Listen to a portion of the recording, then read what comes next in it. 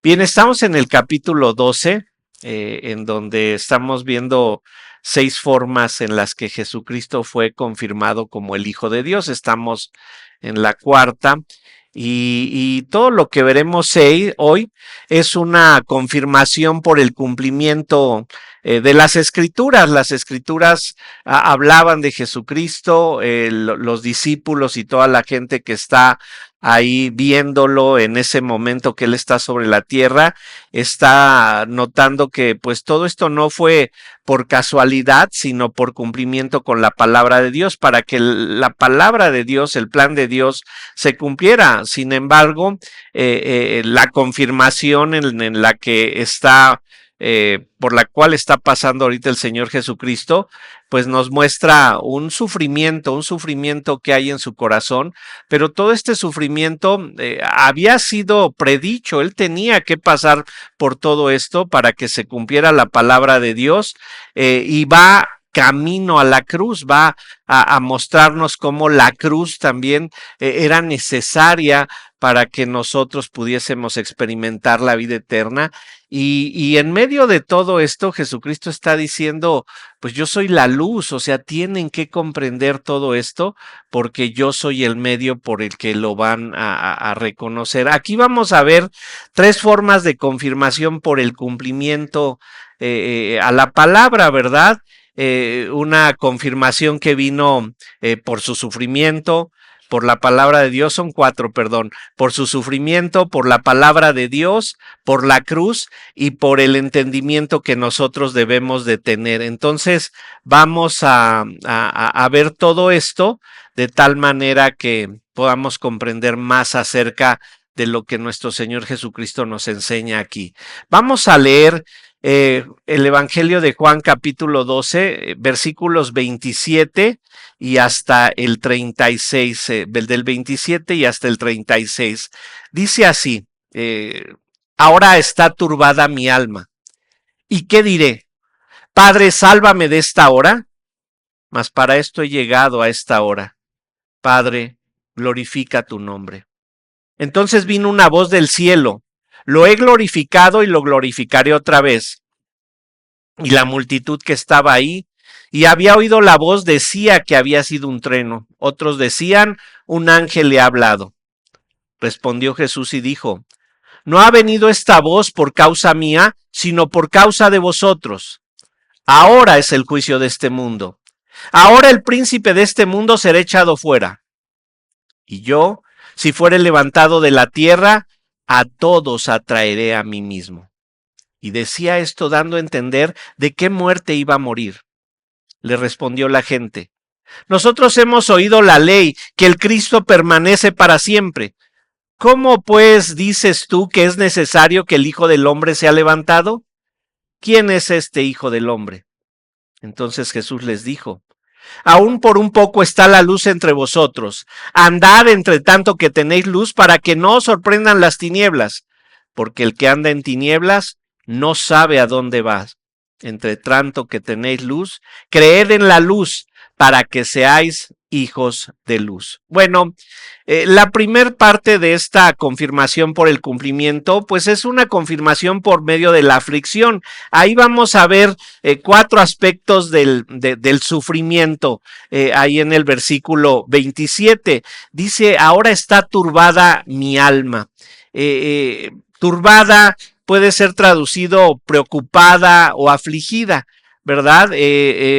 Por ejemplo, cuando al rey Herodes llegan, ¿se acuerdan los magos del oriente que eran sabios, verdad? Y le preguntan, ¿dónde está el Hijo de Dios que ha nacido?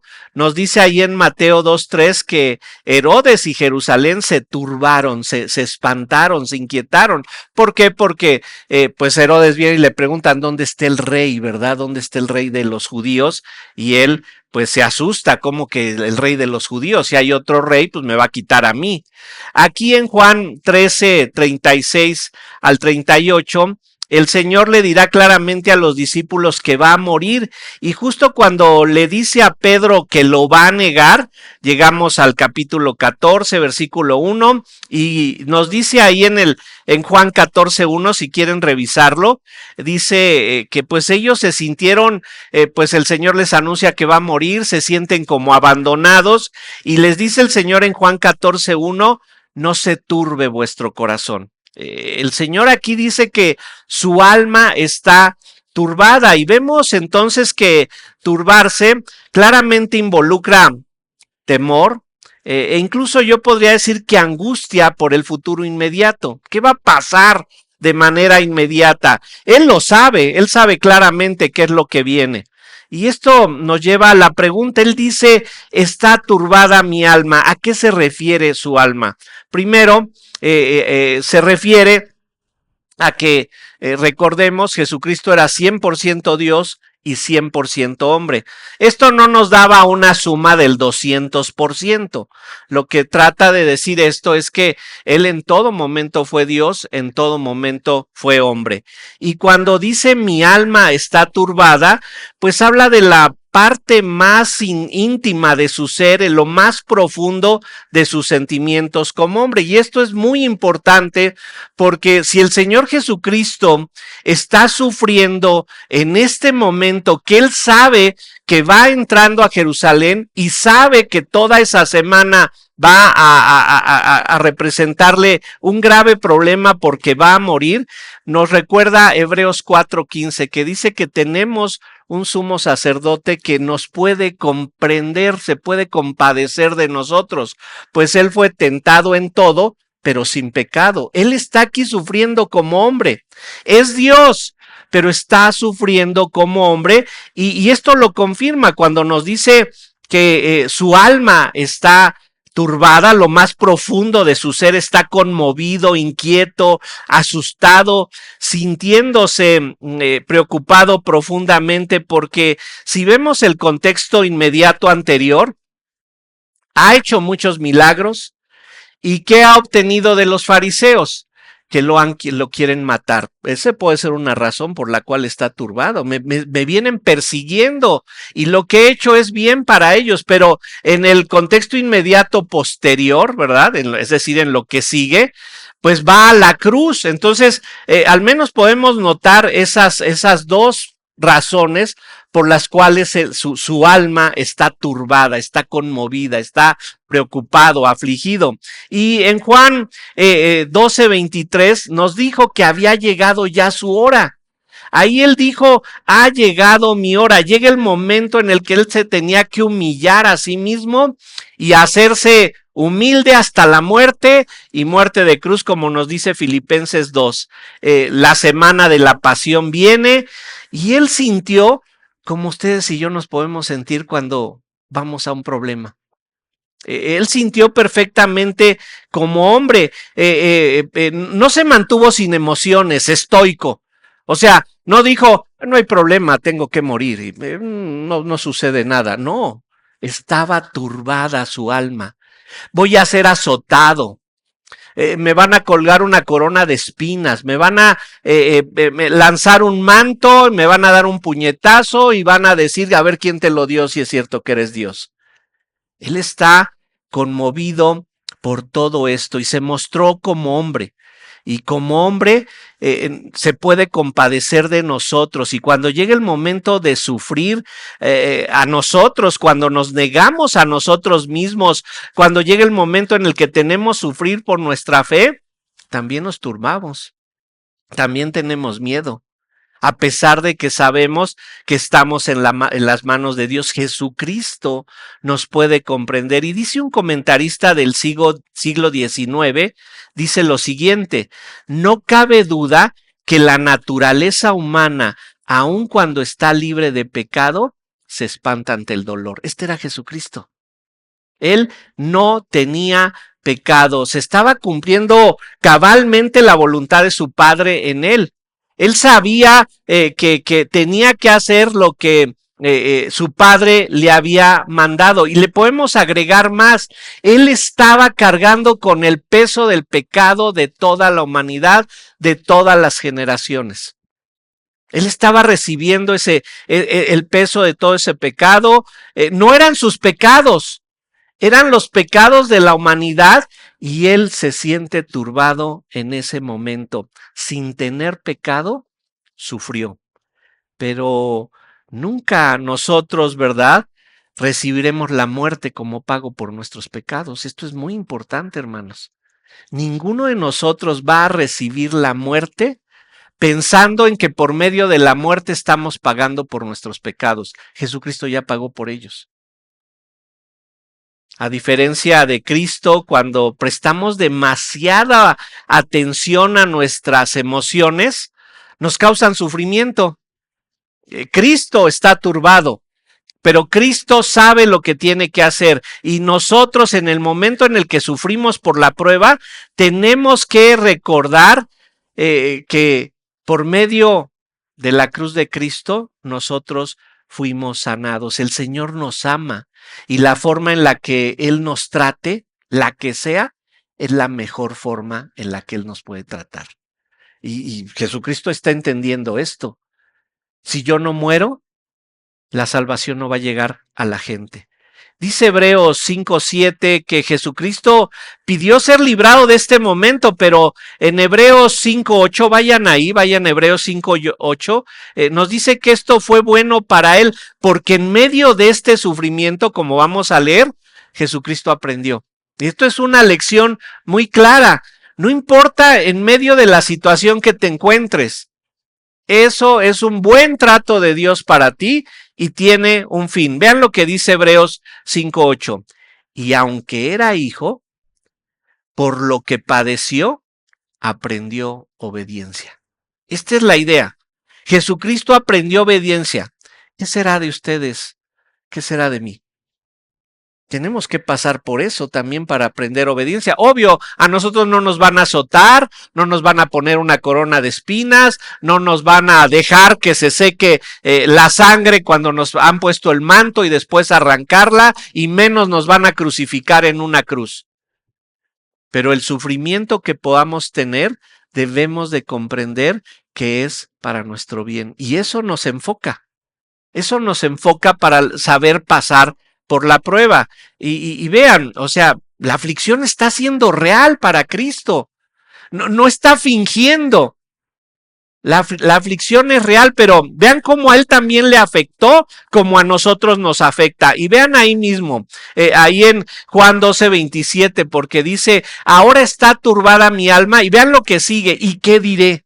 ¿Y qué diré? Esto es impresionante, hermanos, porque Jesucristo, actuando como hombre al 100%, está angustiado por lo que ha pasado, por lo que viene en su futuro inmediato, y pregunta, ¿qué diré? ¿Y qué diré?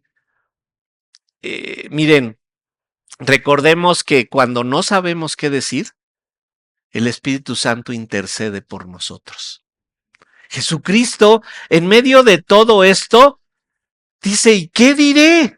¿Qué haré? Esto es algo común en los seres humanos cuando estamos en medio de situaciones difíciles. Ni siquiera sabemos qué decir, ni siquiera sabemos qué pedir. Y a veces cuando ustedes se acercan a consejería bíblica ahí con mi esposa y conmigo y nos dicen, ay, pastor, es que fíjese que no sé qué hacer, pues no hagas nada. Porque si no sabes qué hacer y haces algo, pues seguritito lo vas a echar a perder. Si no sabes qué hacer, detente y espera. Confía en Dios. ¿Por qué? Porque del mismo modo que Jesucristo nos está mostrando que su aflicción es real y que le está afectando, Jesucristo sabe perfectamente lo que le viene, una muerte dolorosa, vergonzosa, una muerte como si fuera un criminal culpable, como un criminal que se merecía la muerte, y a pesar de que él no cometió ningún pecado. En otra traducción nos sugiere que podíamos traducir esta pregunta, en lugar de decir ¿y qué diré? Esa traducción sugiere que la pregunta debería decir ¿cuál es mi deber en este momento? ¿Qué debo hacer en este momento? Está enfrentando turbación, angustia, sufrimiento en lo más profundo de su ser, en su alma, y ustedes creen que no sabía qué hacer. ¿Por qué lo estaba diciendo en ese momento? Para que los presentes pudieran comprender qué es lo que se hace en medio de la aflicción. Él sabía qué hacer, pero está sintiendo como hombre. Y en medio de la aflicción, ¿qué es lo que nosotros queremos? ¿Qué es lo que nosotros queremos en medio de la aflicción? Ustedes lo oran, están ahí toda la lista de peticiones de oración, que sane, que sea librado de la prueba, que esta prueba acabe pronto, ¿verdad? Todos queremos la salida, o bien una salida más rápida. Ya estoy en la prueba, pero que esto acabe pronto. La aflicción busca la salida. Por eso es que dice, ¿cuál es mi deber en este momento? Jesucristo en su humanidad, en su carne, se pregunta si sería correcto decir lo siguiente. Son dos preguntas. Dice ahí, ¿qué diré? Versículo 27, Juan 12:27. Él se está preguntando, ¿qué diré?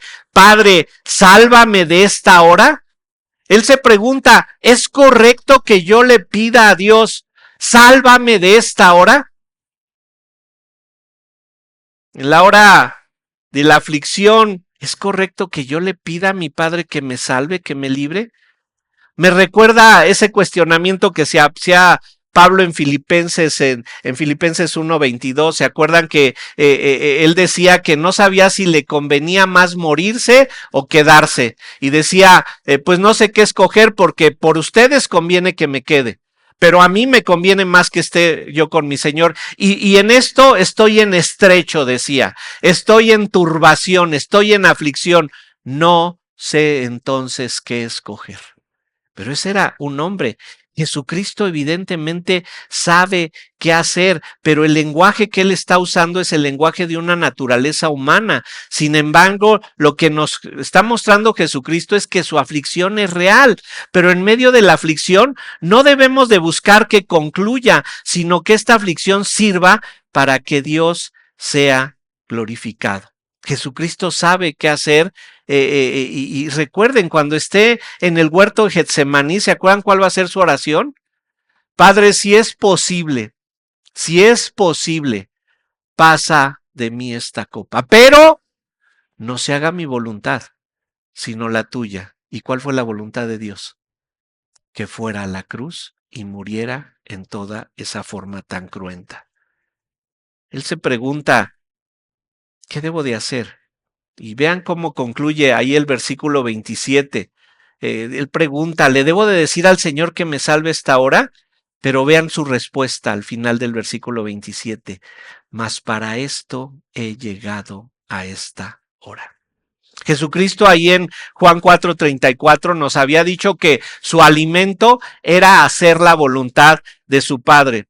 Jesucristo sabía perfectamente para qué estaba sobre la tierra y esta palabra que inicia la última frase del versículo, vean cómo dice nuevamente, mas para esto he llegado. Ese más es una conjunción adversativa, es decir, que va contrario a lo que acaba de decir anteriormente. ¿Qué le voy a decir a Dios? ¿Que me libre de esta hora? Dice, no, mas para esto he llegado. Jesucristo siente el sufrimiento por cargar con los pecados de todos, pero finalmente dice lo que resolvió en su mente. He venido a sufrir y estoy resuelto a sufrir por los pecados de la humanidad.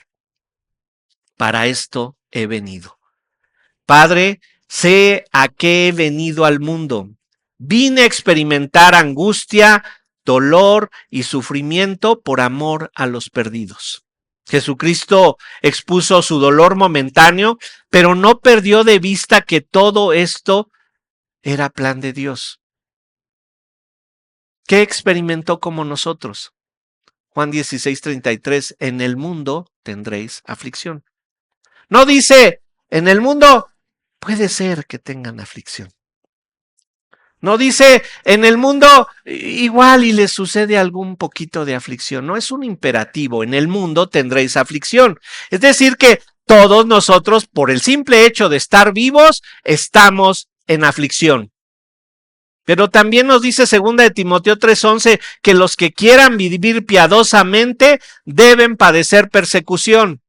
Y también nos dice en Hechos 14:22 que es necesario que a través de muchas tribulaciones entremos en el reino de Dios. El reino de Dios es nuestra meta, no la pierdas de vista. Y cuando lo logres, vas a poder decir como Cristo, para esto he llegado.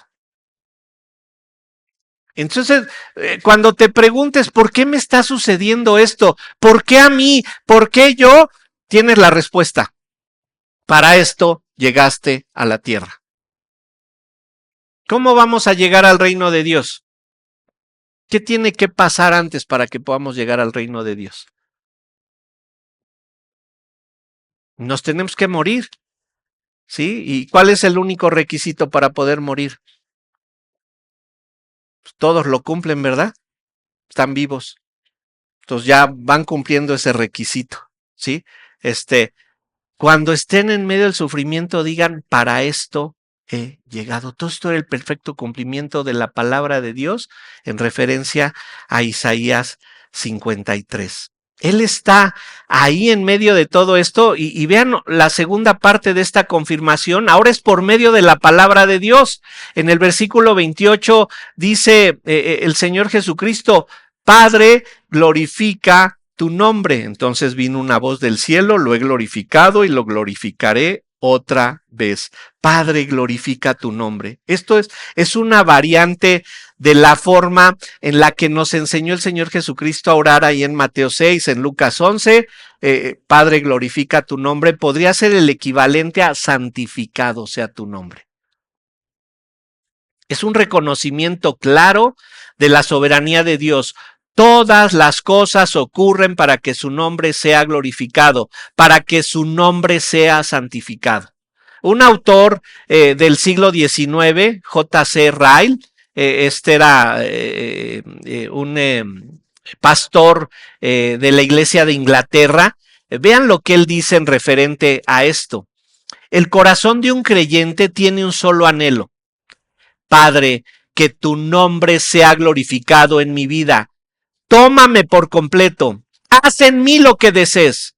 Solo te pido que cada día de mi existencia te exalte aceptando todo lo que tú decidas. Esta es una oración poderosísima. Padre, haz conmigo lo que se te dé tu regalada gana. Yo estoy aquí para recibirlo. Porque para esto he llegado. Y tienen ahí una respuesta maravillosa cada vez que se pregunten, ¿por qué me sucede esto? ¿Para qué está pasando esto en mi vida? ¿Por qué Dios permite esto? Solo hay una razón por la que todas las cosas están sucediendo. Primera, ya vimos, en el mundo tendréis aflicción. Segunda, te sucede para que tú glorifiques el nombre de Dios. No importa lo que te esté sucediendo. No importa la magnitud, no importa el tamaño, todo es para que glorifiques a Dios. Es por eso que Jesucristo está diciendo en medio de la aflicción, Padre, glorifica tu nombre. Entonces dice, vino una voz del cielo, le he glorificado y lo glorificaré otra vez. 3 ocasiones escuchó la voz de Dios desde el cielo para confirmar a Jesucristo en su bautismo, en la transfiguración y justo antes de la crucifixión aquí, en medio de la aflicción de Jesucristo, no estuvo solo. Él y su Padre son uno. Y esto nos lo muestra, estaba ahí el Señor con él. Esa voz del cielo estaba diciendo, vas por buen camino, ¿verdad? Y les va a decir, lo he glorificado y lo glorificaré otra vez. Una está en pasado y otra en futuro. Uno ya ocurrió y otro nos da toda la certeza de que ocurrirá. Uno está en aoristo. El aoristo es un tiempo verbal que no existe en el español. Nos dice que una acción pasada tiene consecuencias futuras, es decir, Dios ya lo había glorificado. Y el otro es un futuro indicativo que nos da la certeza de lo que va a ocurrir, es decir, Dios lo va a glorificar.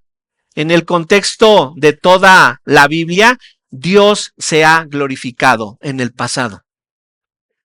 En la creación, con el relato del diluvio, con el relato del Mar Rojo abriéndose, con las victorias o derrotas en los tiempos de los jueces, de los reyes, Dios se ha glorificado a sí mismo siempre y ha mostrado que iba a venir un Mesías. Dios lo ha glorificado desde antes y como veremos, ¿verdad? Dios lo va a seguir glorificando una vez más por medio de la cruz. Con esto vemos que todo lo que Dios ha hecho antes ha sido para que la salvación de Cristo se manifieste. Dice el Señor, porque mis pensamientos no son vuestros pensamientos, ni vuestros caminos son mis caminos. Del mismo modo que los cielos son más altos que la tierra, los caminos de Dios y sus pensamientos son mucho más altos que los nuestros. Isaías 55, 8 y 9. No pretendamos lograr comprender el plan de Dios cuando Dios es eterno y nosotros cuando más vamos a pasar aquí 75, 85, los más fuertes a lo mejor alcanzan los 100 años, ¿verdad? Y ahora en una plática que escucharon ahí entre el líder chino y el ruso dijeron que ya estaban encontrando la manera de llegar hasta 150 años. Pero de ahí no van a pasar. Se van a tener que morir. Ahora dice, lo he glorificado y lo glorificaré otra vez. Toda la crucificación, su muerte, su resurrección es para que Cristo sea glorificado. Jesucristo está siendo afirmado por su propio Padre, pero es una afirmación histórica. Todo lo que dice la Biblia antes ocurrió para que Dios fuese glorificado y para que Cristo fuese glorificado. Y todo lo que va a pasar en el futuro inmediato de Cristo, en ese futuro actual inmediato de Cristo, es para que Él sea glorificado. La palabra del Padre fue confirmada por testimonio de muchos. Vean, versículo 29. Esta palabra no fue solamente escuchada por Cristo, y recuerdan lo que les va a decir. Vean, versículo 29. Y la multitud que estaba allí había oído la voz, decía que había sido un trueno. Otros decían, un ángel le ha hablado. Dios habló desde el cielo, pero la multitud no estaba segura de lo que había escuchado. Unos decían, fue un trueno. O sea, la verdad es que no me gustaría escuchar la voz de Dios así desde el cielo. Creo que caeré muerto en ese momento.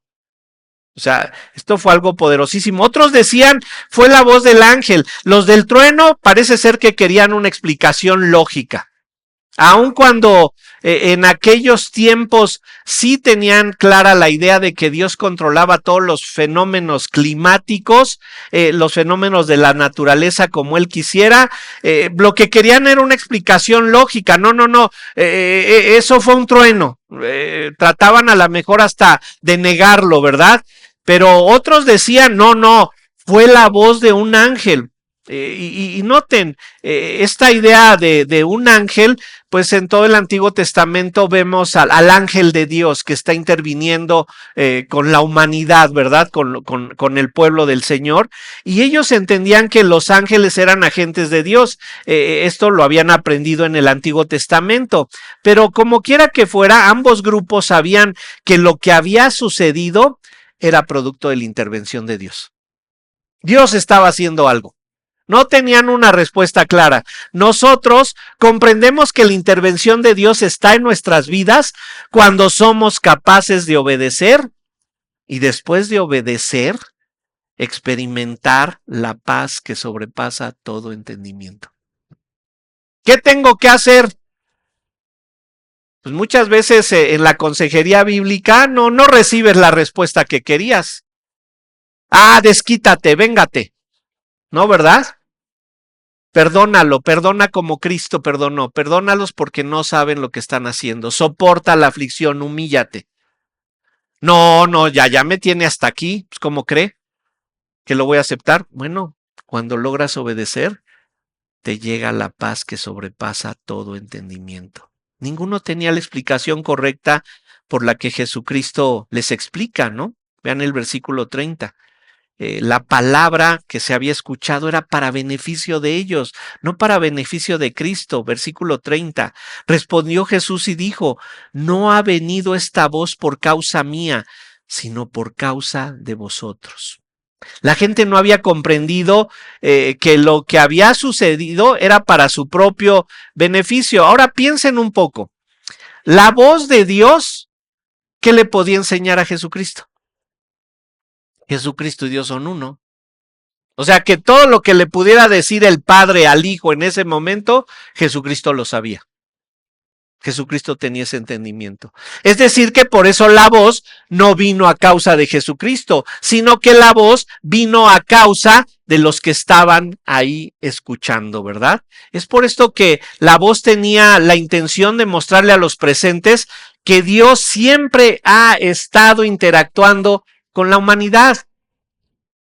No hay un solo momento en el que Dios no esté interactuando con la humanidad, incluso con la humanidad incrédula. Cuando vemos las guerras que hay allá en Medio Oriente y por el otro lado del mundo, debemos recordar cuál es el nombre más poderoso de nuestro Dios. Yahweh Sabaoth, el Señor que comanda los ejércitos. Él los está controlando. ¿No nos gusta? Pues no, la verdad no nos gusta ver tantas muertes. Pero sabemos que Dios lo está haciendo por algo. La voz de Dios es para los que le escucharon, no era para Cristo. Para que comprueben que todo está siendo dirigido por el Dios creador del universo. Por lo que la voz, pues, tenía que ser atendida. Por eso, pues, nos preguntamos, ¿por qué no le entendieron? ¿Por qué decían fue un trueno? Fue la voz de un ángel. No tenían una comprensión total, tal vez por falta de discernimiento espiritual. Los que dijeron fue un ángel pudieron estar más cerca de la respuesta correcta que los que dijeron que fue un trueno. ¿Sí? Solo debía quedar registrado en sus mentes que cuando Jesucristo se dirigió a su Padre le contestó: Padre, glorifícate ahora. Y responde el Padre: lo he glorificado antes y lo voy a seguir glorificando ahora. Que debía quedar eso registrado en la mente de la gente. Ahora nosotros oramos en el nombre de Jesucristo. ¿Por qué oramos en el nombre de Jesucristo? Porque esto nos confirma que cuando Jesucristo ora, el Señor lo escucha. Por eso nosotros oramos en su nombre. Por eso es que nosotros estamos en Cristo. Porque esto nos da la seguridad que nuestras oraciones llegan al cielo, porque lo hacemos en el nombre de Jesucristo. Pero Jesucristo demanda de nosotros un entendimiento total. Los discípulos confirmaban con esta voz que el Padre estaba confirmando a Jesucristo en medio de la aflicción, en medio del sufrimiento, que no le iba a ser quitado.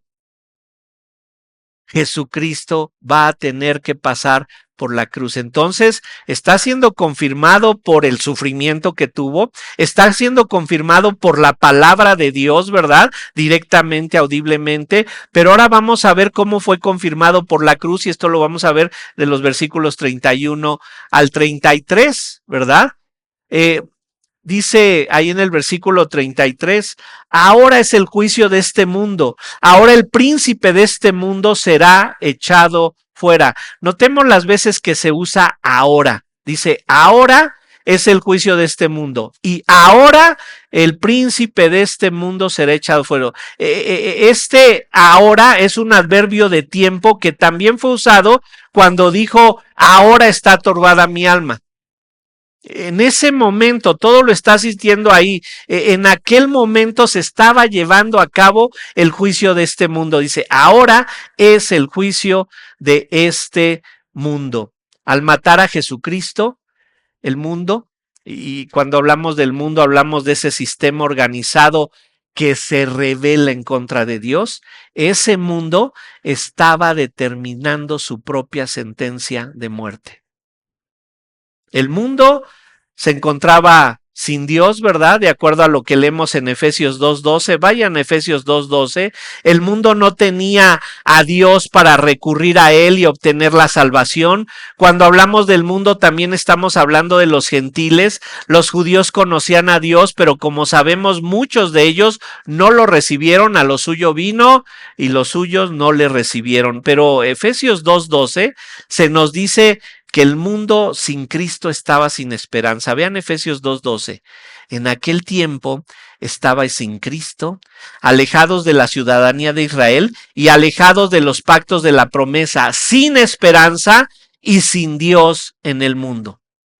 Cristo no solo estaba mostrando el camino claro a la salvación, sino que con su muerte estaba también condenando a todos los que no le recibieron.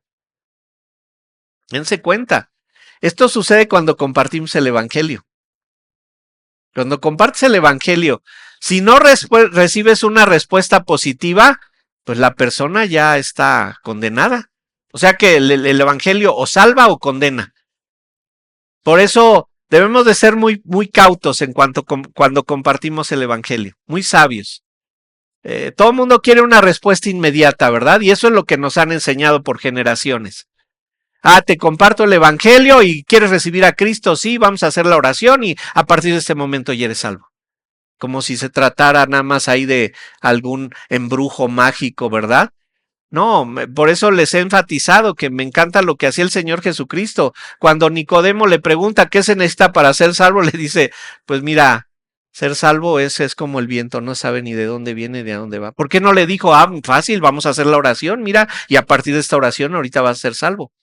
A la mujer samaritana, ¿qué le dijo, verdad? Yo soy el agua de vida y si de mí bebieres, pues ¿cómo que voy a beber agua tuya si me estás pidiendo que te saque agua del pozo? Yo soy el pan de vida. ¿Cómo que es el pan? ¿Tenemos que comer o qué? ¿De qué se trata? O sea, Jesucristo nunca se apresuró en decir, ya tienen que entender ahorita y me tienen que hacer una oración ahorita. Jesucristo, como vamos a ver en un momento, nos fue seduciendo, nos fue convenciendo lentamente. Algunos fueron más necios. Algunos se están resistiendo, a pesar de que ya van comprendiendo, siguen resistiendo, pero Dios está trabajando. Es cuestión de tiempo en el que caigan. También nos dice ahí que ha llegado el juicio de este mundo, pero también dice, ahora el príncipe de este mundo será echado fuera. Cuando nos dice el príncipe de este mundo, nos dice que cuando Cristo murió, arrebató todo poder a Satanás. Fíjense bien, no era porque lo tuviera, sino porque él había convencido al mundo de que lo tenía. Vayan a Hebreos 2, Hebreos 2. Este se los he compartido varias veces, pero ese es uno de los textos que a mí más me fascinan, más me encantan. Dice Hebreos 2, versículos 14 y 15. Apréndanselo de memoria. Hebreos 2, 14 y 15. No todo el versículo, nada más la cita para que lo estén recordando y vayan ahí. Dice Hebreos 2, 14 y 15. Así que, por cuanto los hijos participaron de sangre y carne, un momento, ¿cuál sangre y cuál carne? La de Jesucristo. Él también participó de lo mismo para destruir por medio de la muerte al que tenía el imperio de la muerte, esto es, al diablo, y librar a todos los que por el temor de la muerte estaban durante toda la vida sujetos a servidumbre. Fíjense lo que está haciendo Cristo en medio de todo esto. Quitándole todo poder. Satanás no tiene ningún poder. Cuando vemos esos que están reprendiendo a Satanás y decretando en contra de Satanás, pues pobrecitos, la verdad, son dignos de compasión. No entienden que el que tiene todo el poder, el imperio y la gloria es Dios. Y Satanás, mira, ni caso le hagas. Resístelo como obedeciendo la palabra. Dice, y librar a todos los que por el temor a la muerte estaban durante toda su vida sujetos a servidumbre. ¿Qué tanto miedo le tienen a la muerte? Miren, el alma del Señor Jesucristo estaba turbada. Sabía que iba camino a la muerte. Nos debe de poner nerviosos. No es algo que se vaya a enfrentar con mucha naturalidad, pero debemos de saber decir dónde está muerte tu aguijón, dónde está muerte tu victoria. Vamos a la eternidad. Entonces, si me he de morir, pues qué padre, voy de salida. Debemos de quitarnos ese temor a la muerte. Digo, no la busquen. También no vayan a querer ya adelantarse, ya yo ya quiero la no, espérense que llegue solita. No la invoquen, ¿sí? Con su muerte no deja lugar a que el pensamiento humano concluyera que Satanás era superior a Dios y a Jesucristo. Está arrebatada ya el poder a Cristo en la cruz. No tiene ningún poder. No piensen en que hay algún ente satánico, diabólica, que tiene mayor poder que Dios o Jesucristo. Y mira, si Satanás ve que tú eres fiel seguidor de Cristo y que lo estás obedeciendo y que estás esforzándote por hacer las cosas como Él te manda, Él solito se va. Pero cuando dice, no, este está dudoso, con ese sí puedo chambear, con ese sí trabajo. A este sí lo puedo convencer de que se aleje del Señor. Dios es quien está al control de la vida, de la salvación, de la muerte física y de la muerte eterna. Él es el que está al control de todo. Con su muerte, Jesucristo mostraba que los planes de Dios eran cumplidos y que con su muerte habría camino a la salvación para todos los gentiles de manera clara y comprensiva. Una vez más, ¿verdad? Satanás fue derrotado. Vayan a Colosenses 2:15 para que vean cómo Colosenses 2:15 nos dice que en la cruz triunfó Cristo para darnos vida eterna. Colosenses 2:15. Estamos hablando de la confirmación por medio de la cruz. Dice ahí en Colosenses 2:15, y despojando a los principados y a las potestades, los exhibió públicamente, triunfando sobre ellos en la cruz. Jesucristo estaba hiriendo a la serpiente en la cabeza, como había sido dicho en el protoevangelio, en el primer evangelio, Génesis 3:15. La simiente de la mujer la herirá en la cabeza y la simiente de la serpiente la herirá solo en el calcañar, en el tobillo. Aquí se estaba cumpliendo eso. Jesucristo estaba hiriendo en la cabeza a Satanás, venciéndolo, derrotándolo por completo. Sabemos que no hay otra manera de ser salvo. Solo recibiendo el regalo de fe, de gracia que Dios nos da, y esto ha sucedido desde el Antiguo Testamento hasta hoy. No hay otra manera en la que se pueda ser salvo más que creyendo en el Mesías. No ha habido otra manera. O crees en Jesucristo, crees que Él te va a salvar, o no tienes otro medio de salvación. La cruz, les decía hace un momento, seduce a los que van a ser salvos. Atrae. Dice ahí, versículo 32, y yo, si fuere levantado de la tierra, a todos atraeré a mí mismo. Está hablando de su muerte y resurrección. Después de su crucifixión, muerte y resurrección, atraería. La palabra es el cuo. Y ahorita les voy a decir por qué les digo esta palabra. El cuo. No solamente a la nación escogida. Iba a atraer a todos los que recibirían el regalo de salvación. Y esta palabra atraer es la misma que se usa en Juan 6:44. Vayan ahí, vayan a Juan 6:44, porque esta palabra, el cuo, es muy interesante. Dice en Juan 6:44. Ninguno puede venir a mí si el Padre que me envió el cuo, no le trajere, y yo le resucitaré en el día postrero. Esta es una atracción irresistible. La palabra atraer se usa para arrastrar. Incluso se usa para desenvainar una espada. Cuando Pedro le dice el Señor, lanza tu red, y le dice, sácala ahora, le dice, arrástrala ahora. Usa esta palabra, el cuo. Sácala ahora. Él no la podía sacar de tantos peces que tenía, pero finalmente la lograron sacar. La red no se podía oponer. cuando se usa esta palabra el cuo. Por eso también ahí en Juan 6:44 dice, el Padre que me envió, si el Padre que me envió no le trajere, si no le arrastra, si no le jala. Les dije que también se usaba esta palabra para desenvainar una espada. ¿Se acuerdan cuando va a ser capturado el Señor Jesucristo? Y Pedro, ¿verdad? Lo primero es que saca su espada y ese desenvainar también se usa la palabra el cuo.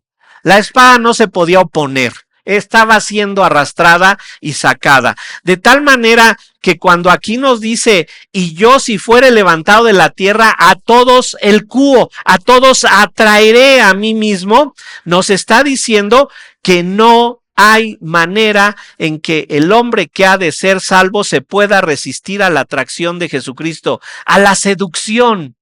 Y me gusta esta palabra seducción porque fue la manera en la que nos fue atrayendo el Señor Jesucristo. Nos convenció de pecado, justicia y juicio, pero no fue en una sentada y que nos dieron los 4 pasos del plan de salvación. Y ya, ahora tienes que ser salvo y ya está. Así quieren todos los evangelistas modernos que suceda. El Señor nos fue atrayendo, nos fue seduciendo. Y a veces así nos usa el Señor. Dice Pablo que nosotros somos cartas que vamos con nuestro testimonio y la gente va diciendo, ¿por qué este es raro? ¿Por qué este es diferente? ¿Por qué este no actúa como todos actúan? ¿Verdad? Y el Señor hace que nos pongan la vista y primero nos atacan. Ah, sí, muy cristiano y haces eso. Ah, sí, muy vas a tu iglesita y miras haces esto otro, ¿verdad? Y nos pegan. Nos pegan duro porque hoy sí es cierto, ¿verdad? Dice, sí tiene razón, ¿verdad? Yo de cristianito y no haciendo lo que debo de hacer.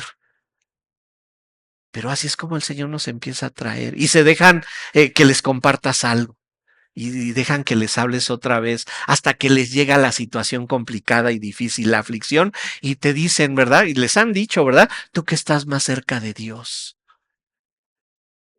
ora por mí. No, pues tú puedes estar cerca de Dios, ahí es donde agárrenselos. Vente para acá. Dios nos va seduciendo.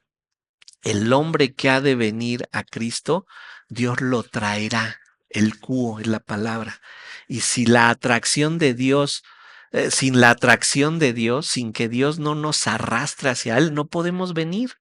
Por eso es una seducción la que Él va haciendo hacia nosotros. Y una vez que esa seducción se logra, no te puedes resistir. No hay manera en la que te resistas. Esto es maravilloso. Porque es donde ni siquiera puedo decir, ah, yo hice la oración del pecador y yo me salvé. No, o sea, si Dios no lo ha hecho, yo no hubiese podido hacer nada. Por eso, cada vez que estoy en aflicción, cada vez que peco, cada vez que me encuentro en una situación difícil, ya sea que la provoqué o que me llegó y no sé ni por qué me llegó, digo, Señor, que tu nombre sea glorificado. Tu plan es perfecto. Tú estás haciendo todo esto para mi bien. Y miren, versículo 33, la cruz no fue algo fortuito, fue programada. Y decía esto dando a entender de qué muerte iba a morir. Su muerte en la cruz era el plan que atraería a los hombres que serían salvos. Un sacrificio era necesario en la ley de Moisés para paga por los pecados, pero cada vez que pecaban tenían que hacer un nuevo sacrificio. Y es por eso que Dios programó la muerte del Cordero de Dios, que perdonaría todos los pecados de aquellos que creerían en él. La cruz es el mensaje central del evangelio, la muerte del inocente por los pecadores. Jesucristo murió por ti. Él no tenía pecado, era limpio. No cometió un solo pecado. Tú, yo, cometemos muchísimos pecados y necesitamos esa cruz. Necesitamos esa muerte. No hay en ti perfección, ninguna. Vas a seguir creciendo si sigues alimentándote de la palabra de Dios, si sigues orando, si sigues meditando en ella. Vas a poder tener una mejor forma de vivir, pero perfecto nunca vas a ser. No demandes perfección de los hermanos. Tú no la logras y quieres que los demás la logren. A consecuencia, de esta muerte, Dios nos va a capacitar. ¿Cómo lo hizo el Señor? Porque tuvo que limpiarnos por medio de su muerte, nos hizo aceptos, ¿verdad?, a Dios, pero también nos capacitó. ¿Y cómo fue que su muerte nos capacitó? A consecuencia de su muerte y ascensión, llegaría el Espíritu Santo.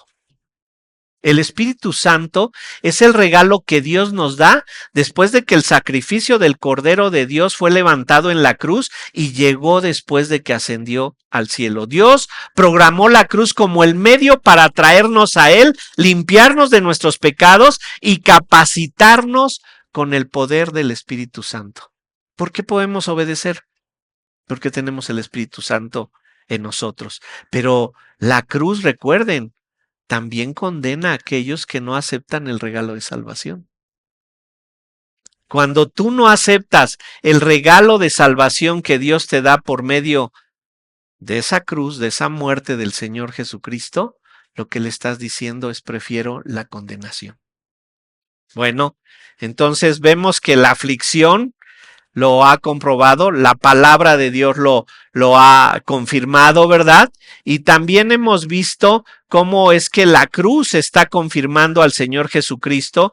Y ahora vamos a la cuarta parte. Todo esto demanda una exigencia, es confirmado también por esta exigencia de ver este cumplimiento. Vean los versículos 34 al 36 y vean estas exigencias que tenemos los que creemos. Primero el versículo 34.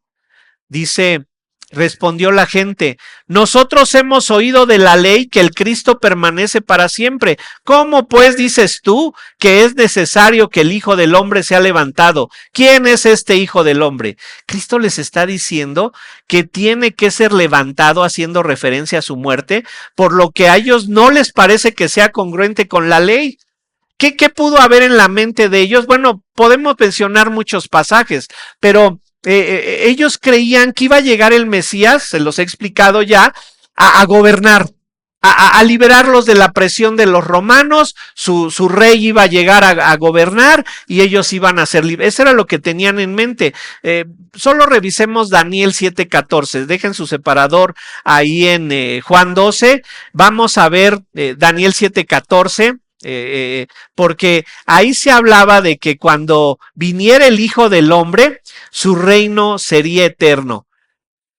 Vean lo que pudo estar en sus mentes. Daniel 7:13 y 14. Daniel 7:13 y 14. Miraba yo en la visión de la noche, y he aquí con las nubes del cielo venía uno como hijo del hombre, que vino hasta el anciano de días, y le hicieron acercarse delante de él, y le fue dado dominio, gloria y reino, para que todos los pueblos, naciones y lenguas le sirvieran. Su dominio es dominio eterno, que nunca pasará, su reino es uno que no será destruido. Era lo que ellos pensaban.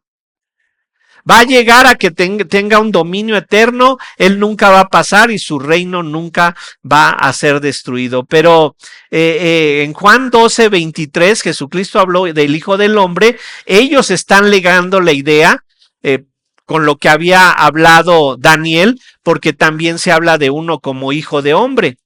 Pero ellos necesitaban comprender con claridad todo esto. Del mismo modo que hoy nosotros necesitamos comprender con claridad quién es Jesucristo y cómo actúa en nuestra vida, de qué manera trabaja con nosotros, de qué manera es que se están cumpliendo sus planes. Y bueno, ya hemos compartido, al menos creo que 2 veces se ha compartido Apocalipsis en la iglesia, por ahí deben de estar las grabaciones, ¿no? Pero debemos entender cuál es esa agenda que lleva Dios. Ahora que salió lo del CURP biométrico, ya están diciendo, no, va a ser que nadie va a poder comprar y nada. Acuérdense que primero va el rapto. Y si con el CURP biométrico no vas a poder comprar ni vender, quiere decir que te quedaste. ¿Sí? Entonces ahí sí, preocúpate. Porque con el rapto todos nos fuimos, ¿verdad? Entonces, debemos de comprender cuál es la agenda del Señor. ¿Qué es lo que el Señor está planeando? Si no lo comprendemos con claridad, De por sí el mundo nos da aflicción, pues más afligidos vamos a estar por todo esto. Por eso hay una exigencia de que nosotros podamos comprender cómo van a ser los cumplimientos del Señor. Y vean el versículo 35, esta es exigencia de todo este conocimiento. Entonces Jesús les dijo, aún por un poco está la luz entre vosotros. Andad entre tanto que tenéis luz, para que no os sorprendan las tinieblas, porque el que anda en tinieblas no sabe a dónde va. Jerónimo, ahí un monje, era monje del siglo IV, decía, la ignorancia de las escrituras es ignorancia de Cristo. Calvino en el siglo XV decía, Jesucristo habita en las escrituras. Si tú no conoces la escritura, no conoces a Cristo. La gracia de Dios estaba personificada frente a ellos. Nosotros ahora recibimos la gracia de Dios cuando Él nos seduce, nos atrae a Él y llegamos, pero no tenemos a Jesucristo personificado más allá de la palabra de Dios. Aquí es donde lo tenemos, aquí es donde tenemos que venir. Y miren, nos cuesta trabajo hacerlo. Nos cuesta mucho trabajo venir y someternos a lo que la palabra de Dios dice. Si hay alguna razón por la que tú sigues aquí sobre la tierra, si hay alguna razón por la que Dios alguna vez te haya librado de la muerte, muchas, o sea, yo nada más, fíjense bien, yo nada más le cuento cuántas veces me han tenido que dar penicilina en mi vida. Muchas. Si yo hubiese nacido antes de la penicilina, estaría muerto. Porque no se me hubiesen podido quitar esas infecciones. Entonces, si tú te logras dar cuenta cuántas veces Dios te ha librado de la muerte, tienes la razón por la que estás todavía sobre la tierra. Tienes la oportunidad de conocerlo más.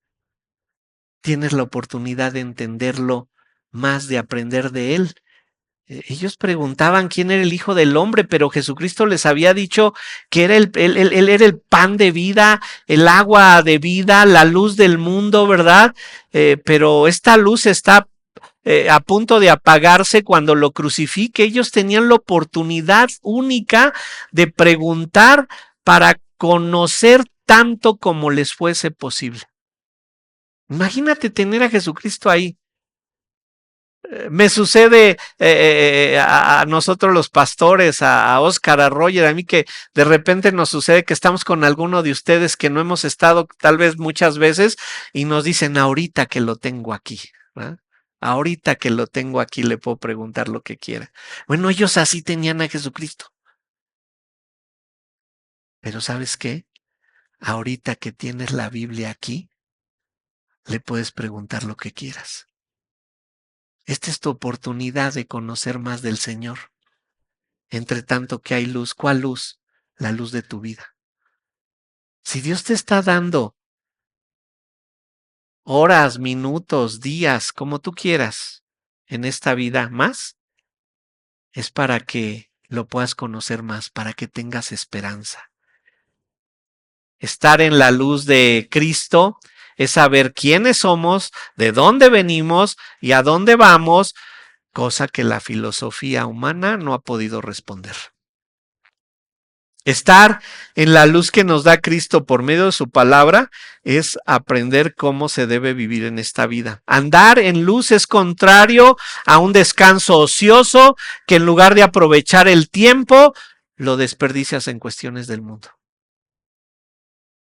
De que agarras el telefonito, ¿verdad? Y le empiezas a hacer así, ¿no? Para que te parece vicio, ¿no? O sea, y ahí llevas horas, y ya pudiste haber leído 2 o 3 capítulos de la Biblia. No, hermano, pero estoy viendo los shorts, los reels de Miguel Núñez. Bueno, sí, pero bueno, fuera que solo saliera eso. Te sale uno de Miguel Núñez por 40 de otras cosas, ¿verdad? Midan sus tiempos. ¿Cuánto tiempo le dedican al mundo y cuánto le dedican a Dios? Y ojo, Pues, la mayor parte de ustedes trabajan dentro de casa o fuera de casa, o en home office, ¿sí? Aún en tu trabajo le debes de estar dedicando tiempo a Dios. ¿Cómo? Haciendo tu trabajo con excelencia.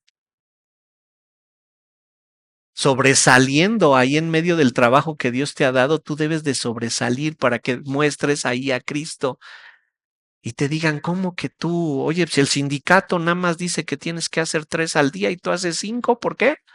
Te van a ir a reclamar, ¿no? Porque así son, me han platicado, ¿no? En muchos en lugares donde trabajan, no, aquí el sindicato dice que nada más 3 al día y nada más haces 3 al día. Oye, pero se pueden hacer 6, tú nada más haces 3. Bueno, entonces barro, porque pues qué voy a estar haciendo aquí sentado nada más, ¿no?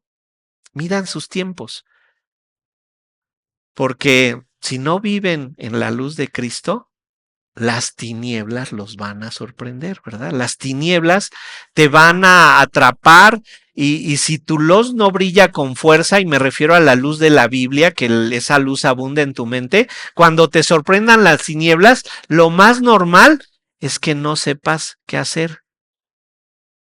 Dice al final del versículo 35, porque el que anda en tinieblas no sabe a dónde va.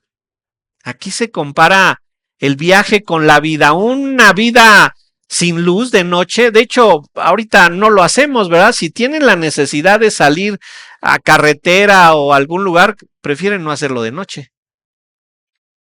¿Por qué? Pues porque están las tinieblas y te pueden sorprender ahí. Es más fácil, ¿verdad?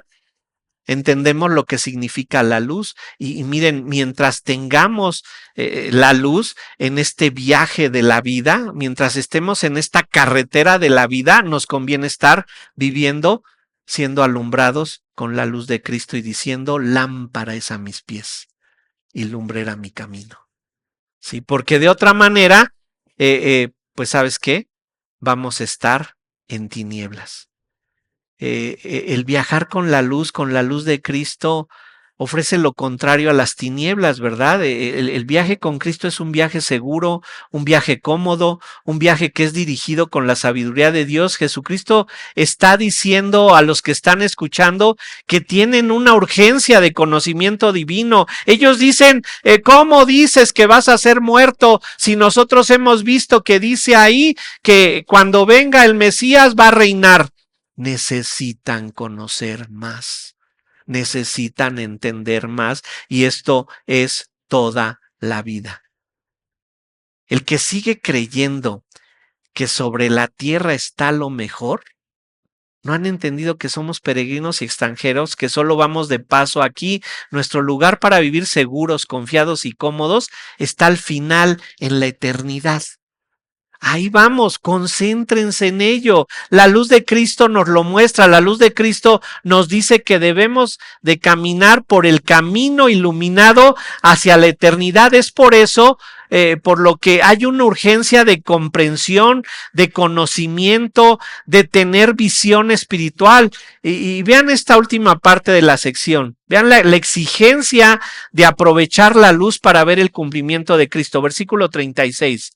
Entre tanto que tenéis luz, creed en la luz para que seáis hijos de luz. Concluye diciendo esta sección que Jesucristo es la luz que necesitan. Él es la luz que necesita nuestra mente, nuestra conciencia. Nuestro paso por la vida será fácil y llegaremos con seguridad al final cuando vayamos confiados en Cristo. Creer en Cristo es creer que Él es lo único que necesitamos para vivir sobre la tierra. Y miren, ya nos lo mostró aquí. La aflicción es real. Y no hay nada malo en sentirnos turbados o angustiados. Lo que tenemos que hacer en medio de la aflicción es lo que hizo Cristo. ¿Qué hizo Cristo en medio de la aflicción? Padre, glorifica tu nombre. Recurrió a Dios. Fue a buscar a Dios. No se quedó ahí atorado en decir, no, es que no me comprende, no, es que no me valora, no, es que ¿por qué yo si me porto tan? No se entretuvo en eso. Dijo, Padre, glorifícame a mí. Y si bien estos que escucharon la voz de Dios y no lograron comprender con exactitud de qué se trataba, nosotros sí lo podemos hacer. cuando venimos a la palabra de Dios. No se trata de si te gusta o si no te gusta. No se trata de que entiendas la Biblia a medias, porque si entiendes la Biblia a medias, estás viviendo una vida espiritual a medias, ¿verdad? De lo que nos hace caminar por la vida con seguridad es la guía del Espíritu Santo, pero el Espíritu Santo nos guía a la Biblia. La cruz nos recuerda que Él murió por nosotros, que necesitábamos que alguien pagara por los pecados que nosotros no podemos pagar por ellos. Ahora en agradecimiento caminamos con Él y esto nos debe de llevar a la exigencia de comprender, conocer y colocar nuestra visión solo en Cristo. Si en medio del sufrimiento, aflicción, te sientes aturdido, turbado, recuerda que es el momento de recordar qué estás haciendo en la tierra. Para esto has venido aquí, para desgastarte en el conocimiento de Dios. No te desgastes solamente en el trabajo, no te desgastes solamente en acumular bienes materiales, desgástate en el conocimiento de Cristo. No dejes de hacer lo otro, pero ponlo en tu agenda como prioridad. Oremos a nuestro Dios. Señor, te exaltamos dándote gracias por lo que tu palabra nos muestra.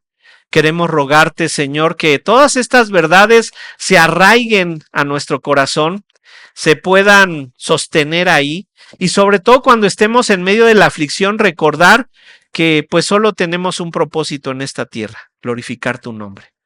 Ayúdanos a comprenderlo, Señor, porque de otra manera nos sentiremos muy afligidos. Señor, gracias por lo que tu palabra nos da. Es en Cristo Jesús que oramos. Amén.